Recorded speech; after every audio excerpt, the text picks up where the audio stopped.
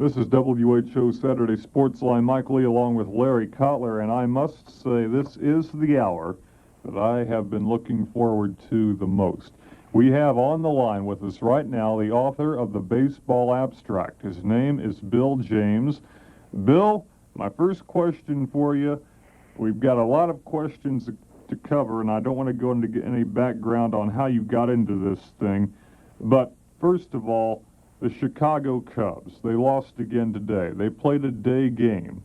They were losing in the most embarrassing way, giving up some runs to a pitcher. But anyway, have you ever sat down and done anything about the Chicago Cubs, how playing in the daytime actually affects their performance on the field? Well, I am a subscriber and early advocate of the theory that it does affect them late in the season, playing in that much sun. Now, since most people tend to feel that's nonsense, I would describe myself as a defender of that theory. But fundamentally, obviously, the Cubs' problem this year is not the sun nor anything else. It's simply that they are merely at the beginning of a very long road. You also defended in your most recent Baseball Abstract. It's a paperback book, fairly inexpensive for all the information you get. About $6 is what I picked mine up for. The Chicago Cubs' recent trades. You say that a lot of people malign the Cubs for the trades they've made, but looking at the Cubs on the surface of it and the statistics, it doesn't back that assertion up. No, it doesn't. The Cubs have been so bad for so long that there's a tendency to assume they've done everything wrong. But in fact, the basic problem has been that they have have manufactured so little talent from the farm system that they didn't really have any base to work with. But they certainly have made some bad trades, but they have made as many or actually more good trades than bad trades. It's just that it isn't enough. You know, there wasn't a large enough base there to work with.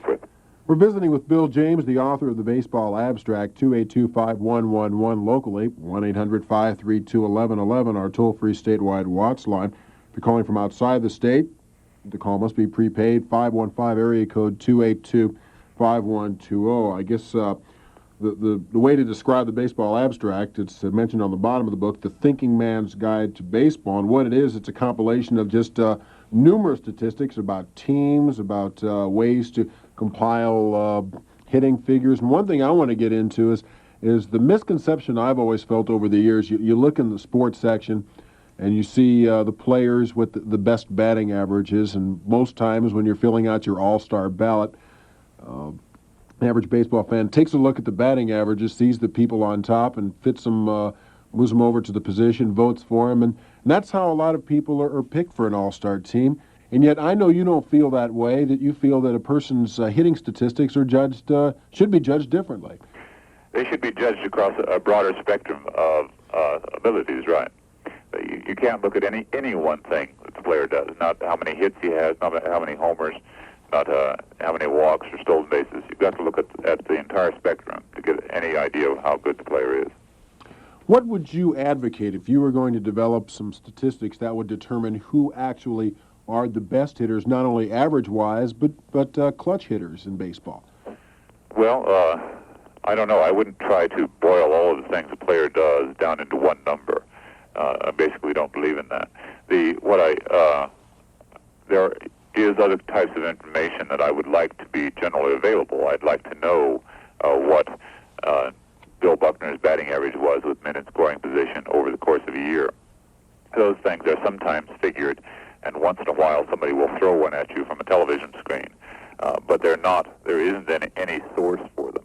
There's nowhere where you can go and look up those things if you don't have them. 282-5111, the Metro line for Des Moines and suburbs surrounding Des Moines. Our toll-free Watts line, if you want to talk with Bill James, the author of the Baseball Abstract, is 1-800-532-1111. Our long-distance line for people listening to us, wanting to participate outside the state of Iowa, area code 515-282-5120. In the Baseball Abstract, you drew an interesting little chart. And given the assumption now, Bill, that teams which win pennants more often have the best shortstops, second basemen, and center fielders, then on paper, who would have been the division winners for this year? Strictly based on up-the-middle analysis. Well, strictly based on the teams which have the best shortstops, second basemen, and center fielders. Oh, I see. On those three positions? Gee, I don't know. I'd have to look at it with that particularly in mind. I haven't done it. But you do assert, though, that it seems to be the case that the teams with the better performing shortstops, second basemen, and center fielders win pennants. Yeah, definitely is the case over a period of years. In fact, it's very difficult to name more than one or two teams which weren't strong with those three positions and went on to win pennants. Bill, there was an article in Sports Illustrated in their baseball preview edition this year, which I noticed, which really hit my interest. And what it was, it dealt with relief pitching. Many times you've got the guy like a Bruce Sutter, the Raleigh Fingers. Those are the guys who get the credit, the Goose Gossage, because they get the saves. And those are the statistics. You combine wins and saves, and you get the Fireman of the Year. But there's the guy like the Ron Davis, those unheralded, unsung heroes who come in maybe in the fifth and sixth inning, sometimes even earlier, the third or fourth, and they hold the other team at bay until you can get your star reliever in there. Now, they wanted to develop a new system of keeping track of the job done by a middle reliever. Would you go along with something like that? Sure, I'd like to see it. An interesting feature of that article was the lack of data. I mean, they were telling us that we have all this wonderful data about who had how many holds, but they didn't give you the data. It wasn't there. What I would have liked to see, rather than their rating system, in which they rank people 1 through 10 in this category, that category, and the other, and then added up the ratings, which is all right, I suppose, but I would have been much more interested in seeing the actual facts, which is how many holds did each player have, and how many times did he face. Another thing which they were using to try to make the evaluation was some other data which they didn't give us on how many times a pitcher came in with men on base and allowed them to score. I would have liked to have seen that data. Bill, how did you first get started? How did you get interested in keeping statistics on baseball? I've been fascinated with. I was captured by a stack of baseball cards at the age of 11. I never escaped. Very quick and definitive answer there. That's all there was to it. Everybody likes baseball cards, but how did it develop into a passion such that you have now put out your 6th baseball abstract, and you have seemingly single-handedly come up with some concepts in arriving at baseball statistics that are unparalleled in the history of the game? I don't know. I tried for a long time to do other things, but whatever else I studied, I always carried back to baseball. And I studied economics at Kansas University. I took the theories and methods that I learned there and tried and applied them to baseball. And I did all right in the coursework, but I wasn't any world beater as an economist. That was always the case. I tried to escape from it for a long time, but I was just always so fascinated with what I was with baseball that. Eventually, I gave up trying to do anything else and decided I'd be better off trying to make a living writing about baseball. All right, enough about background because I have some questions about the book. Okay. The Twins have a new stadium this year. I don't think that your book was able to come out in time to take account of the park effects for the Metrodome up in Minneapolis, but based on what you've heard, I guess it's a hitter's ballpark. Oh, yeah. Yeah, it definitely is. I mean, Herbeck has, 10 home runs, of which I think of his first 10 home runs, 8 were hit up there. It seemed like everybody was hitting far more home runs there than they were on the road. It seems obvious that it is. Another question that I had was the question about the Minnesota Twins themselves. You, in the book, have written a very scathing review of the Minnesota Twins. Yeah, and now let me finish up here. They've just, I think you're ready to launch into them right away. Sorry about that. They executed some trades earlier in the season, of course, with California and New York, which were not very popular with the Twin Cities fans. Yeah, I'm not a great fan of Calvin Griffiths, and people were writing that it's remarkable that he's been able to keep the team competitive. Well, I don't know what your standard of competitive is. The trades of Smalley and Butch Weiniger, if you can call them trades, they were actually more like disguised sales. They amounted to nothing less than a surrender. I mean, it's the management waving the white flag. And from the moment that was done, it was very obvious that they had no intention in the world of trying to win even as many games as they were capable of winning. And the players simply gave up. Our guest during this segment of WHO Saturday Sports Night is Bill James, the author of Baseball Abstract, 282-5111 locally, 1-800-532-1111, our toll-free statewide Watts line, and outside the state, 515-282-5120. Back with more with Bill James in a moment.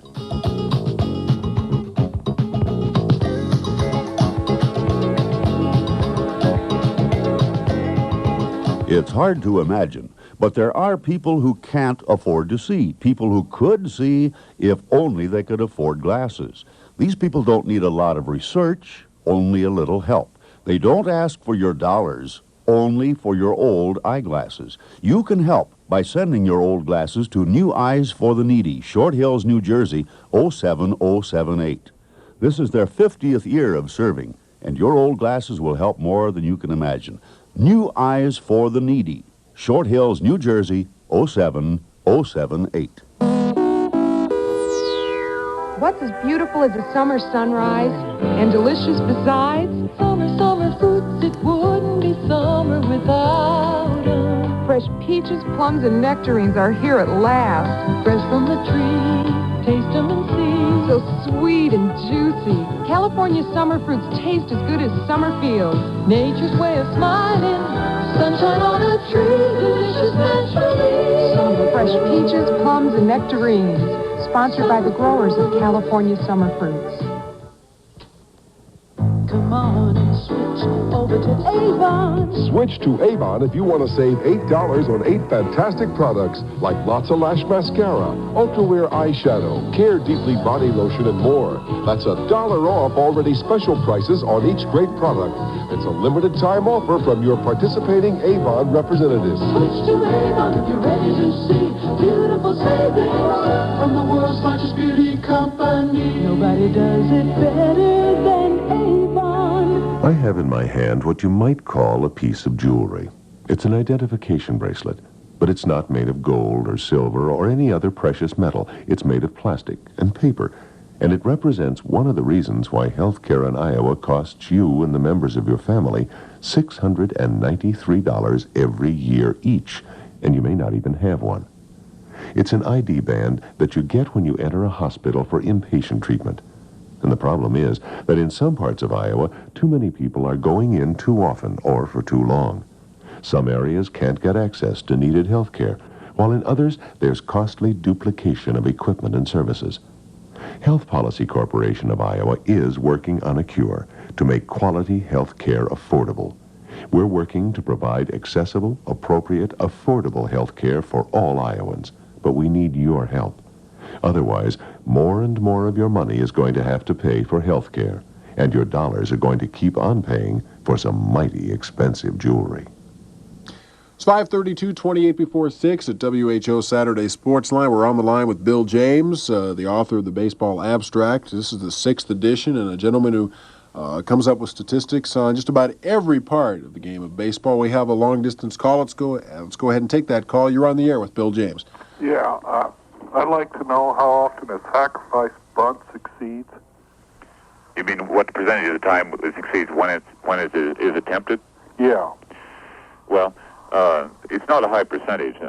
Most sacrifice bunt attempts are fouled off far more commonly than anything else. Well, yeah. Well, I mean, how often does the guy get over to second? I mean, and place it, turning into they use it to. Well, the number of times in which it turns into a force out or a double play is pretty small. It's less than 1 per 5 balls put into play. The most common outcome of that play is foul ball, and then try something else. Yeah. Okay. Also, is there a book? Do you have? Maybe it's in your book. There about the number of times that the person scores from second base or third base with 1 out or no outs, or is there a place where you can find out that kind of stuff? No, there's no published source for that stuff that I know of, and I'd know if it was there. I'd love to have the data. You know, I'd like to know how many of Willie Wilson's stolen bases turn into runs scored, but I don't know it. Okay, thank you. Can't get it out of the box scores. We thank you very much for the call from Heber, Nebraska, 282-5111, locally, 1-800-532-1111. Something we didn't talk about during the break, Bill, but I'd like to bring up something that's been proposed several times. Dick Young in the Sporting News, probably one of the top guys who does this, is the team error. He pointed out a situation in his column the other day where a fly ball was hit on the infield, and there was a lot of confusion. The ball hit the ground, the batter got to first, and he got a base hit out of a ball that obviously should have been caught. What about the prospect of a team error? Should something like that go into play? What I'd like to see is abolish the errors entirely. I don't react positively to the notion of extending an error, because what an error is a play that isn't made that somebody thinks should have been. And I think that the record should simply record what happens. The ball was hit, the man reaches base, it's base hit. I don't think that there's no need to involve the judgment of a disinterested third party. Not technically disinterested, but there's no need to involve the judgment of someone off the field on whether or not the play should have been made. The stats should simply record what happens. 282-5111, our Metro line for Bill James. Toll-free Watts line, 1-800-532-1111. And our long-distance line for people outside the state of Iowa, area code 515-282-5120. Back in the old days, before they started compressing box scores in the agate type of newspapers, I can't remember what statistic it was that they put in that now they have left out, but it's a more convenient way to put box scores in. The statistics that they have right now. In your opinion, Bill, what's the biggest single thing that's missing from a newspaper box score that should be put in? I suppose the largest thing missing is caught stealing. If a runner is attempted to steal and is caught, there's no record of that at all. I suppose that's the one largest thing that is not there. Now, let's talk about your value approximation method. It's a system, and I'll try to explain it as best I can and understand it. It's a system where you try to assign numbers, integers, to players indicating how good they are in comparison with others. You say the system is designed only to distinguish as quickly and as reliably as possible among different contributions among different players. There's always, like we had last year on WHO Saturday Sports Line, the great Maury Allen, baseball writer. We had him on, we were talking about the top 100 players of all time, and that's why I bring up this value approximation method. Could you explain that a little bit? Yeah, the value approximation method, unlike almost every other rating system that I have developed or others have developed, does not attempt to make fine distinctions between players. If one player is listed at 12 and the other is listed at 11, I'm not going to argue that the one at 12 is better than the one at 11. What it attempts to do is to set down an accurate representation of that which is obvious. In any case in which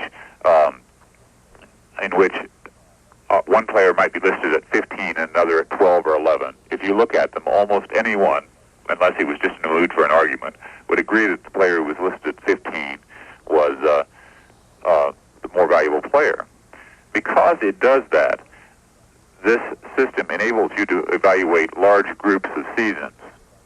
A player's career is a fairly large group of seasons, but still a reasonably small one. But for example, all of the players who were involved in a trade can be evaluated, and thus trades can be evaluated by the use of this method. All the players who are produced by a farm system, what they do each year can be summed up into a basic sort of gross weight of the value produced by the farm system in that year.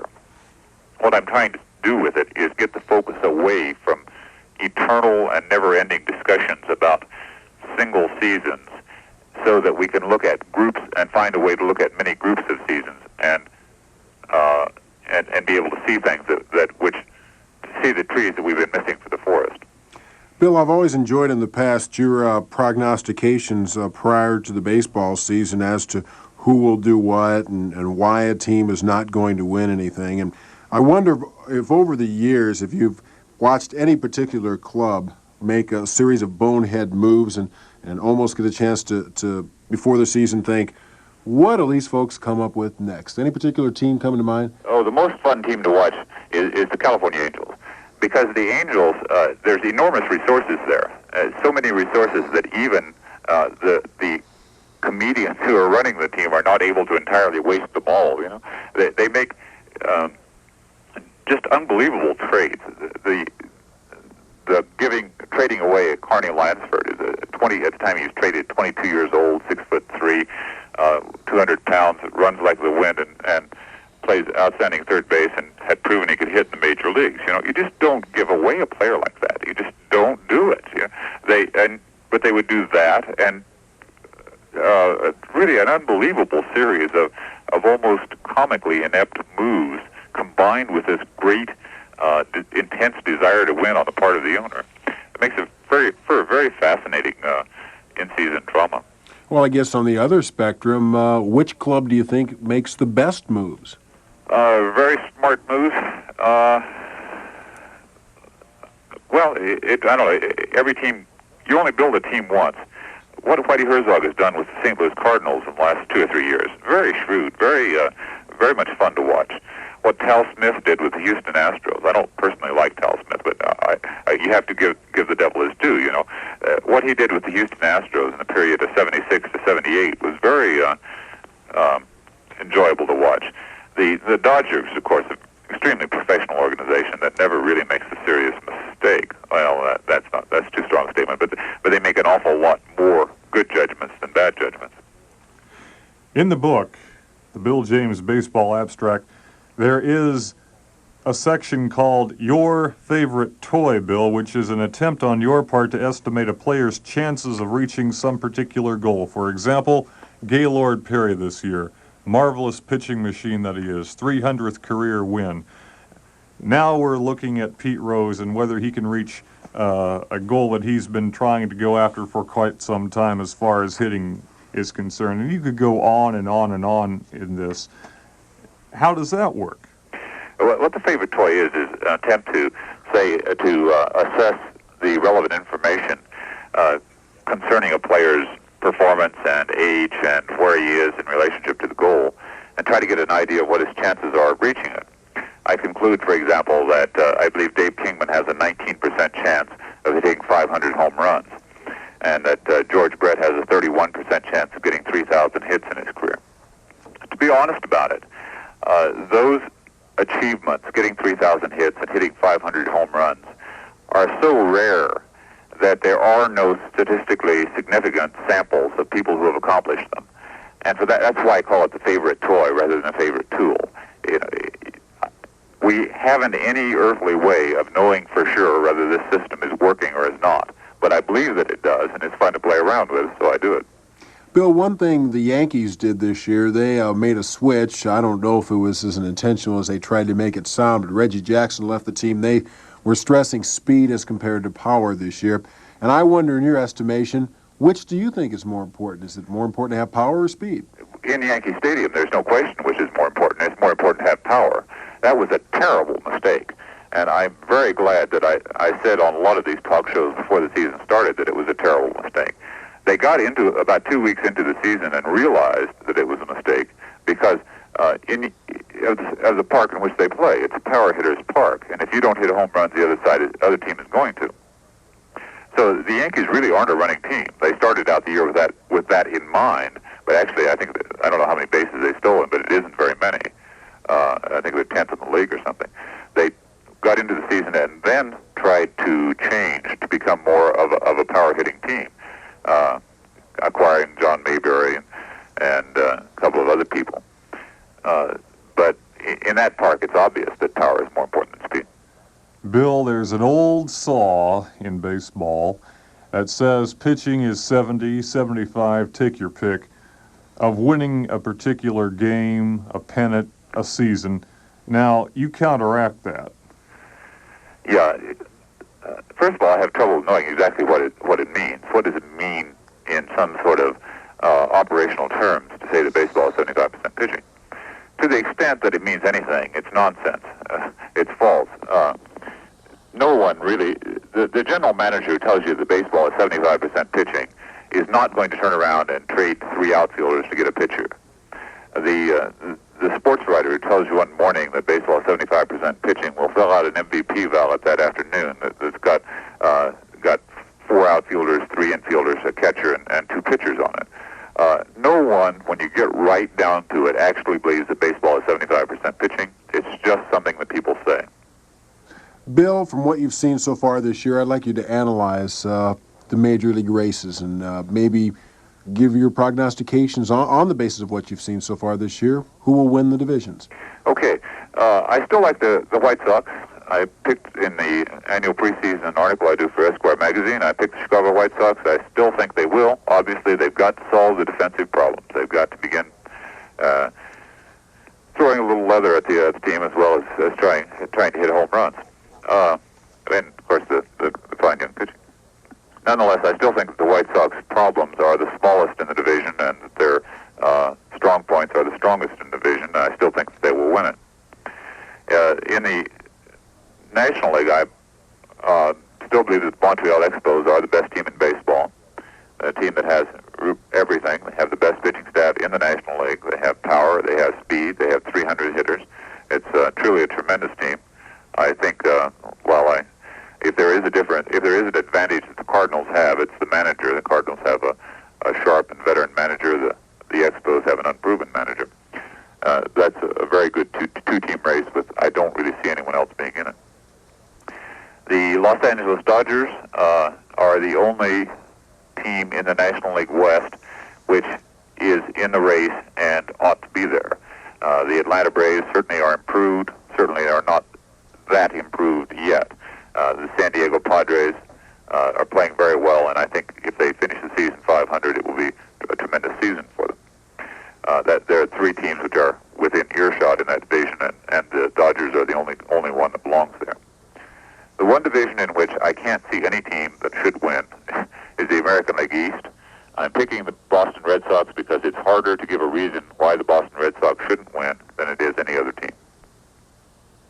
Bill James, thank you so much for being with us on WHO Saturday Sports Line. Unfortunately, the time has just slipped by.